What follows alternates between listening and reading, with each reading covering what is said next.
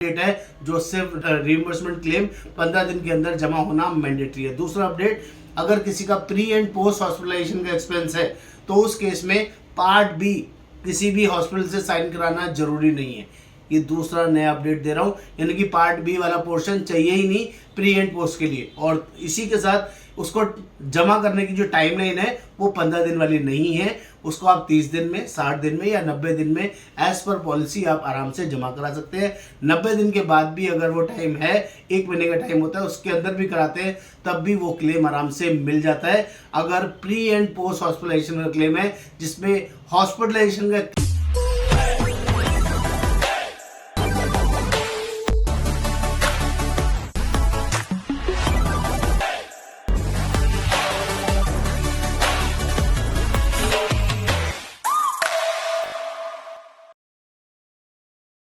नमस्कार दोस्तों, आज मैं आपके साथ बहुत ही इंपॉर्टेंट इन्फॉर्मेशन शेयर करने वाला हूं। जो लोग भी स्टार हेल्थ का पॉलिसी यूज कर रहे हैं और रिइंबर्समेंट क्लेम की जरूरत पड़ती है, यानी कि कोई भी हॉस्पिटलाइजेशन हुआ है और उस क्लेम को आपको रिइंबर्समेंट कराना है, नॉन नेटवर्क हॉस्पिटल में जाके आपने ट्रीटमेंट कराया है और आपको पता नहीं था कैशलेस हॉस्पिटल में ट्रीटमेंट कराते वक्त टर्म्स अलग हो जाती है, लेकिन जब आप रिइंबर्समेंट कराते हैं तो उसके लिए एक बहुत ही इंपॉर्टेंट सूचना अवेलेबल है जिसको अपने ध्यान से इस वीडियो में समझना है। अगर आप इसको मिस कर गए तो आपका रिइंबर्समेंट क्लेम रिजेक्ट हो सकता है। हाँ दोस्तों, आपको कोई क्लेम का पैसा नहीं मिलेगा। ऐसी शानदार लेटेस्ट इन्फॉर्मेशन आपको शेयर कर रहा हूँ जो कि आपके लिए एक्सट्रीम पावरफुल हो सकती है। और दोस्तों, मेरा नाम योगेंद्र वर्मा, मैं हेल्थ इंश्योरेंस एक्सपर्ट पिछले 28 सालों से लोगों की जेन्युइनली हेल्प कर रहा हूँ। लेटेस्ट और नई नई न्यूज़ बता के उनको अपडेट करने का मेरा काम रहता है ताकि आपको चीज़ें क्लियर हो सके। तो फटाफट से समझते हैं रिइंबर्समेंट क्लेम के डॉक्यूमेंट्स। जब भी कोई हॉस्पिटलाइजेशन होगा और आपको रिइंबर्समेंट कराने हैं, उस पैसे को क्लेम करना है, तो उसका टैट कंपनी ने सिर्फ 15 दिन कर दिया है। डिस्चार्ज होने के 15 दिन के अंदर अगर आपने अपने रिइंबर्समेंट क्लेम के सारे डॉक्यूमेंट्स कंपनी को सबमिट नहीं करे तो आपका क्लेम रिजेक्ट होगा ही होगा। उसमें कोई चॉइस नहीं है, कोई अप्रूवल, किसी भी तरह की वर्किंग उस क्लेम को बचा नहीं सकती है।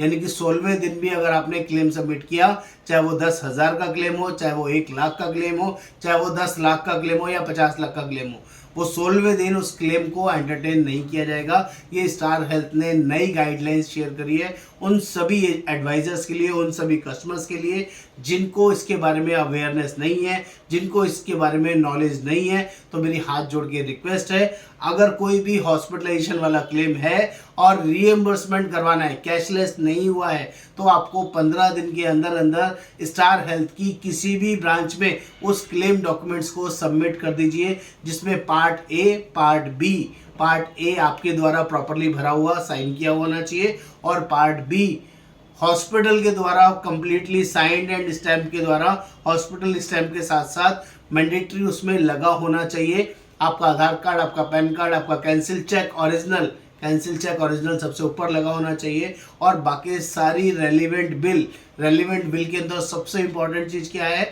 आपका डिस्चार्ज समरी, हॉस्पिटल का बिल और आपका पेमेंट का रिसिप्ट। अगर बिल 10,000 का है, 20,000 का है, 50,000 का है, 1 लाख का है, 5 लाख का है, तो आपने पेमेंट कैसे कैसे करी, उसकी हॉस्पिटल की रिसिप्ट ओरिजिनल उस क्लेम में लगी होनी चाहिए, अदरवाइज क्लेम नहीं मिलेगा।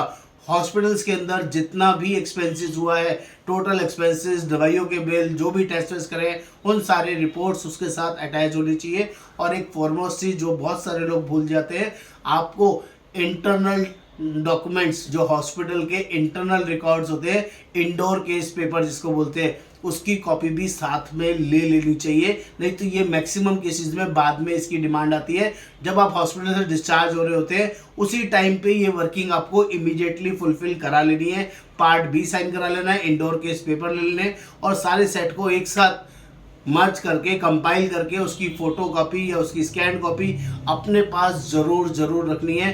अदरवाइज कल को कोई भी डॉक्यूमेंट मिसिंग हुआ या कोई भी डॉक्यूमेंट कंपनी ने बोल दिया कि पेपर्स नहीं मिले हैं तो आपको क्लेम नहीं मिलेगा, या 15 दिन के बाद सबमिट किया है तो आपको क्लेम में दिक्कत आएगी, क्लेम नहीं मिलेगा। ये पहला अपडेट है जो सिर्फ रिइंबर्समेंट क्लेम 15 दिन के अंदर जमा होना मैंडेटरी है। दूसरा अपडेट, अगर किसी का प्री एंड पोस्ट हॉस्पिटलाइजेशन का एक्सपेंस है तो उस केस में पार्ट बी किसी भी हॉस्पिटल से साइन कराना जरूरी नहीं है।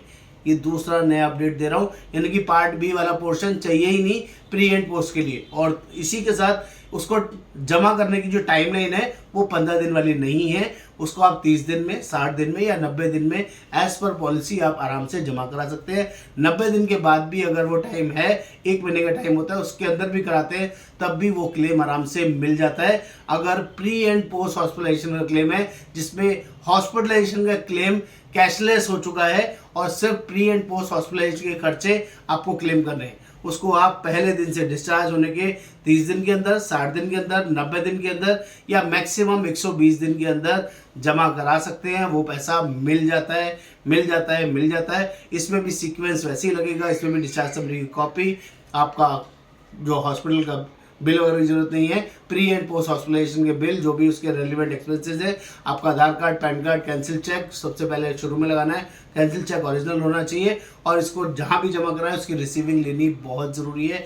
ये 2 लेटेस्ट अपडेट्स अभी रिसेंटली हुए हैं जिसकी वजह से बहुत सारे लोगों के क्लेम डिक्लाइन हो रहे हैं, तो प्लीज़ अपने क्लेम को डिक्लाइन होने से बचाना है। तो 15 दिन के अंदर, डिस्चार्ज होने के 15 दिन के अंदर आपको अपने हॉस्पिटलाइजेशन बिल सबमिट करने मैंडेटरी है, इसको इग्नोर नहीं करना है, मिस आउट नहीं करना है, अदरवाइज आप बहुत बड़ी प्रॉब्लम में आ सकते हैं। उम्मीद करता हूँ ये कंटेंट आपको समझ में आया होगा, क्लियर होगा। नमस्कार, आपका दोस्त Yogendra Verma. Thank you so much.